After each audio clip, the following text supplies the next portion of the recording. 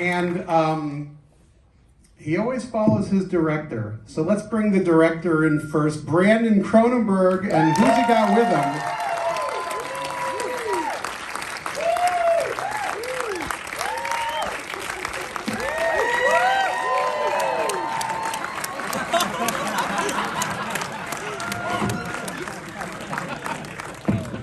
I guess it was that kind of movie, right? It was.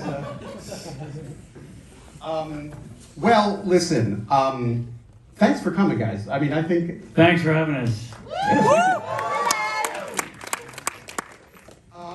I have been a film critic for about 15 years. I watch a lot of movies, too many movies. They come in, they go in one ear and out the other. I saw this and I was freaked the F out for like 2 or 3 nights. Literally kind of had bad dreams and was irritable and just depressed. So well done, everybody. Really good job. Thank you.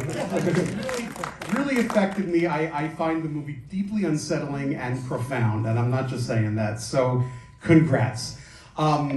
Do want to jump right in though first, Brandon, because you wrote it and directed it. I am very curious just sort of about the genesis of the idea, the nugget of it.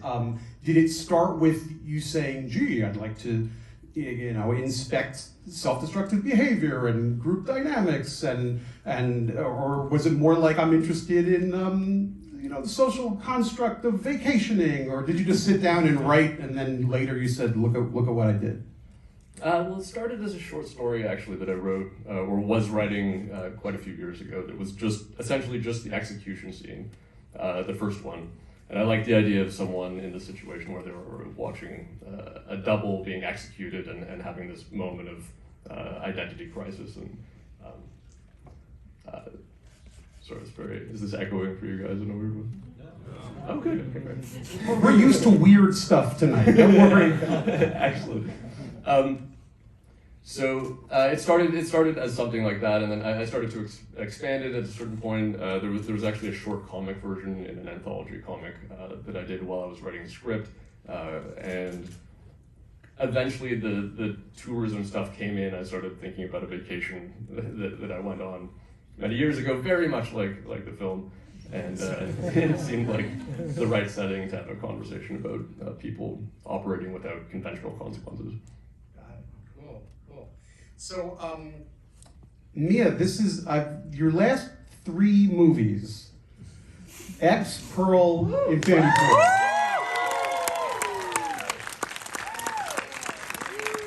I don't know what your friends and family think about this, but as a fan, don't stop. Just floor it. Just keep flooring it.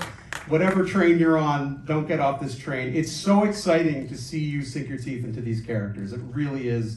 So, I'm just kind of curious about, your thoughts. I mean, not every actress gets an opportunity to do the things you did on this in this film. So, tell me a little bit about learning about this project. Yeah, well, you're exactly right. I mean, it's quite rare that actresses are given the opportunity to be so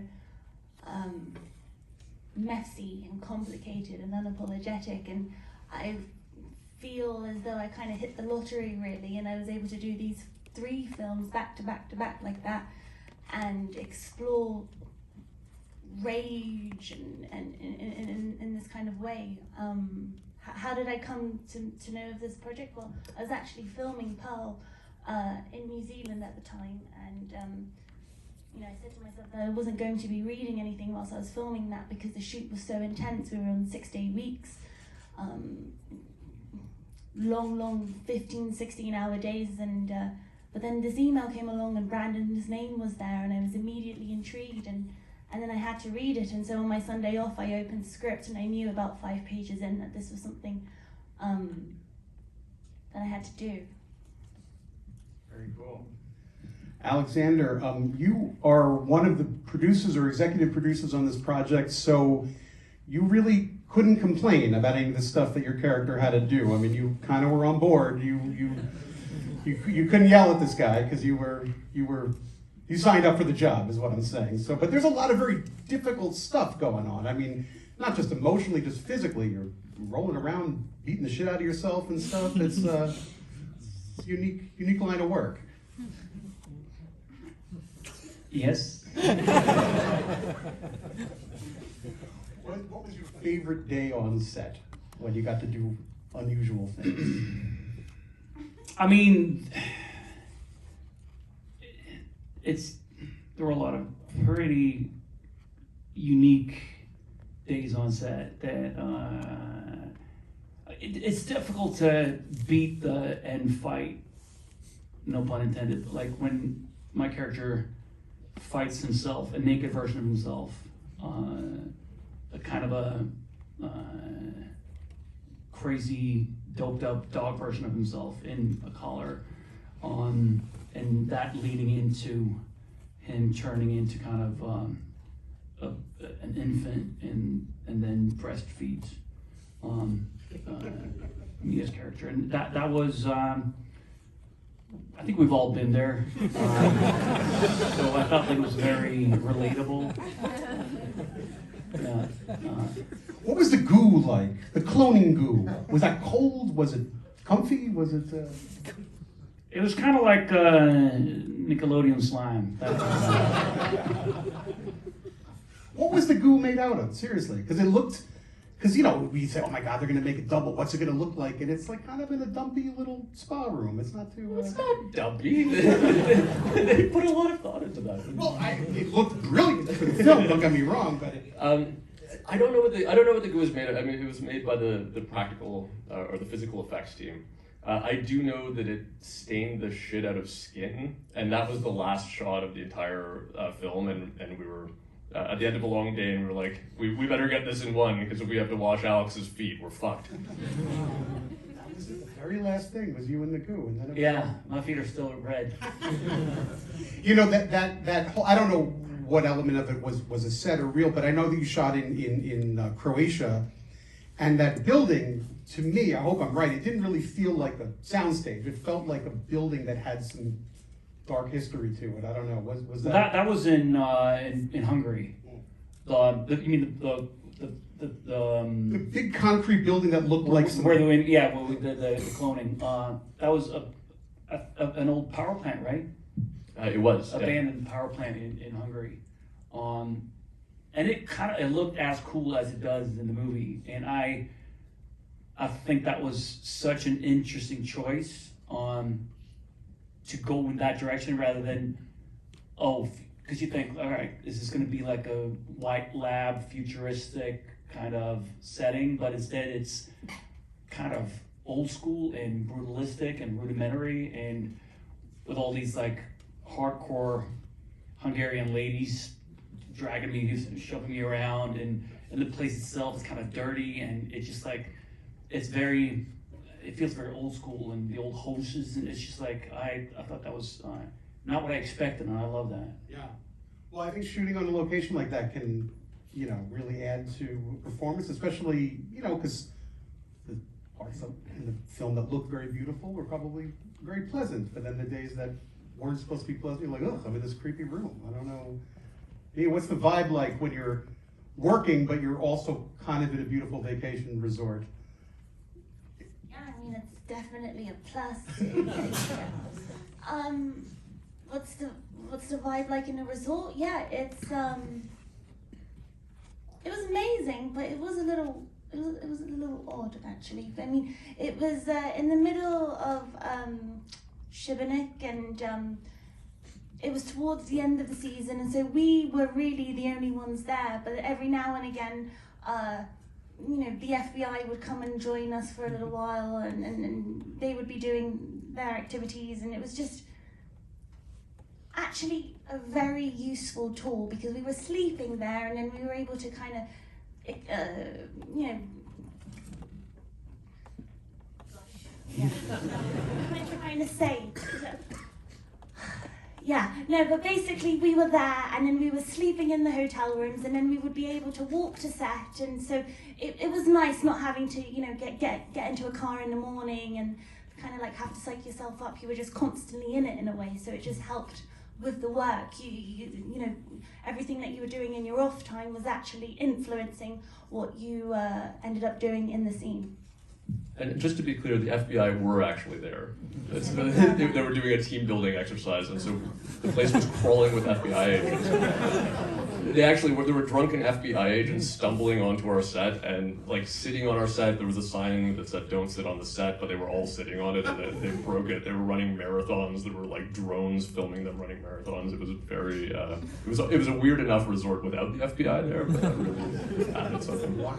So they're doing FBI drills, and then you have your, LSD infused orgy sequence. I mean, that must have been potential for real fun on that weekend. I do want to talk about that sequence because it is very beautifully shot. It's absolutely gorgeous and mesmerizing, and I'm curious about you write a scene and then they all freak out and have sex, and then you have to map it out and explain it to your actors and shoot it with crazy lights and then edit it and put the music together. At what point do you show it to these two and say, well, this is what we did that week and I hope you guys like it? How does that?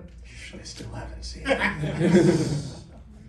Well, I mean, it's an interesting.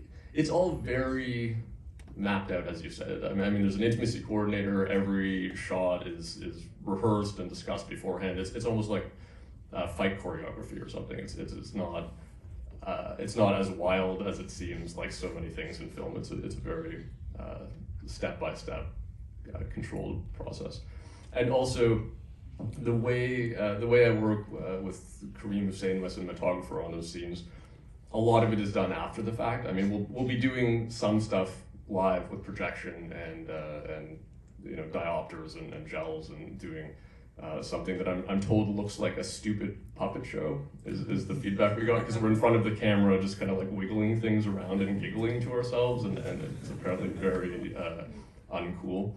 But afterwards there's a huge amount of time spent projecting the footage and rephotographing it through more gels and more light, and then there was a completely deranged editing process with James Van Water, my editor, because we were building those sequences sometimes frame by frame, almost like stop motion. So, yeah. And that was one of the most fun days on set. Like, who would have known an orgy was fun? Like, it's actually enjoyable. I had no idea. But it was so inspiring to see Brandon and his DP Kareem, how because everything is done in camera. There's no CGI or no effects, like lots of effects, but they're actually done on set. And it was so inspiring because they're like two little kids playing with Lego, because they were so giddy and playing around with different filters and different lights and different weird things that I'd never seen before. And it was just really inspiring to be in that environment and see them run around and try different things. And I love that sequence, and it kind of looked almost as cool when we shot it. Wow. Well, yeah, I think it really does. It's not. It looks like you put a lot of work into it. Congratulations. It's a very, very beautiful sequence. It really is. Thank you. I know, however, that those stuffed shirts at the MPAA got into a fight with you about this movie at some point and demanded you make edits to get an R rating as opposed to an NC-17, which is, I mean, what? If it's not NC-17 now, what possibly could have been before? But I am kind of curious. What was it it's probably just like half of a second got to get cut here or there. Is that? Which version did you screen tonight? R? Oh. Sorry, guys. This wasn't the 4-hour one? Oh, this is the kid-friendly version. Fun for the whole family. It's set at Disneyland, weirdly enough. Right. So all the animals survived. They got the wrong advisory on the Sundance website briefly, and it said graphic depictions of animal abuse. And I thought, that's the one thing we don't have in this. What a letdown. Yeah, I mean, it's still very much the same film. There are a few things here and there that we had to massage to get it through. I mean, there's massaging that makes it NC-17. Well, yes. But I mean, also there are a few shots in this that aren't in the NC-17 version, because we have this score by Tim Hecker, who's brilliant, and there's certain sequences like in the orgy where it wasn't radically different in the R version, but the cues were so great, and we didn't want to change the length of them, and so there's some footage that's slightly different hallucination shots that are pretty cool that are actually in this as well. So yeah, they're both the film. I don't like the MPA, but they're both the film. Yeah, no, it's you'd think we'd kind of be past that at this point, that we'd still have this, but I guess we're not. Do I have any more questions for you? Alex, what question do you have for Brandon? Don't do that. Don't put me in the line of fire. I'm not going to ask Brandon a You question. can. We've had a busy weekend at Sundance. You've answered enough questions, haven't you? You guys flew back like this morning? Well, yeah. For me, I got it today. Yeah, I did it this morning. I did a red eye. I thought it would be a good idea to take a red eye with a 10-month-old, but it's not. Never do it. It's just like flying with a little baby fox. It was a wild animal. Everyone hated me on that plane. I don't think that's true. Well, no, the film just debuted at Sundance, which is in the top of a mountain in Utah, like 2 days ago. Had a world premiere. Was universally praised by all with taste, and everybody loved it. And it's coming out this Friday, right, in North America. And I think this is one of the first groups of people to see it. And I hope everybody enjoyed it, right? Thanks for coming out, guys. Really appreciate it. Now's the time when I'm sure everybody in the room would love to come up and show Brandon their screenplay or take a picture with maybe these two, maybe me, I don't know. But we do ask you all to remain in your seats because we have to get these two to someplace else. And they would love to take a moment with each of you individually, but they can't. They simply can't do it. It wouldn't be fair. So we ask you all to remain in your seats. And once again, thanks for coming. As Brandon leads me off stage. Thank you. Thank you, guys. Thank you so much. Thanks for sticking around.